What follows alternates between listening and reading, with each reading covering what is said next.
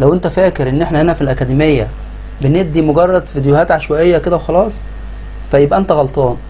احنا هنا بنبني خطة احترافية مرعبة لبيس 13 من الصفر لغاية الاحتراف. احنا دلوقتي في القناة شغالين في السلسلة الاولى، بعلمك فيها الاساسيات، ازاي تمسك الدراع، تظبط الدراع من جوه اللعبة ومن بره، ازاي ترفع وتعمل 1 2.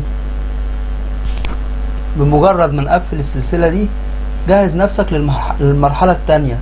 المرحلة التانية دي مرعبة، ازاي تدير مباراتك من الصفر، من اول صفارة الحكم، ازاي تختار لعيبتك، وازاي تغير التشكيل، وازاي تغير الخطة من جوه المباراة من غير ما تخرج.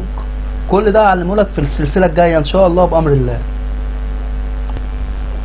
ادخل القناة دلوقتي حالا وابدأ السلسلة اللي فاتتك ديت، سلسلة الاساسيات، واشترك عشان تكون جاهز للمرحلة الجاية. مستنيك في الملعب ان شاء الله بأمر الله. السلام عليكم ورحمة الله وبركاته.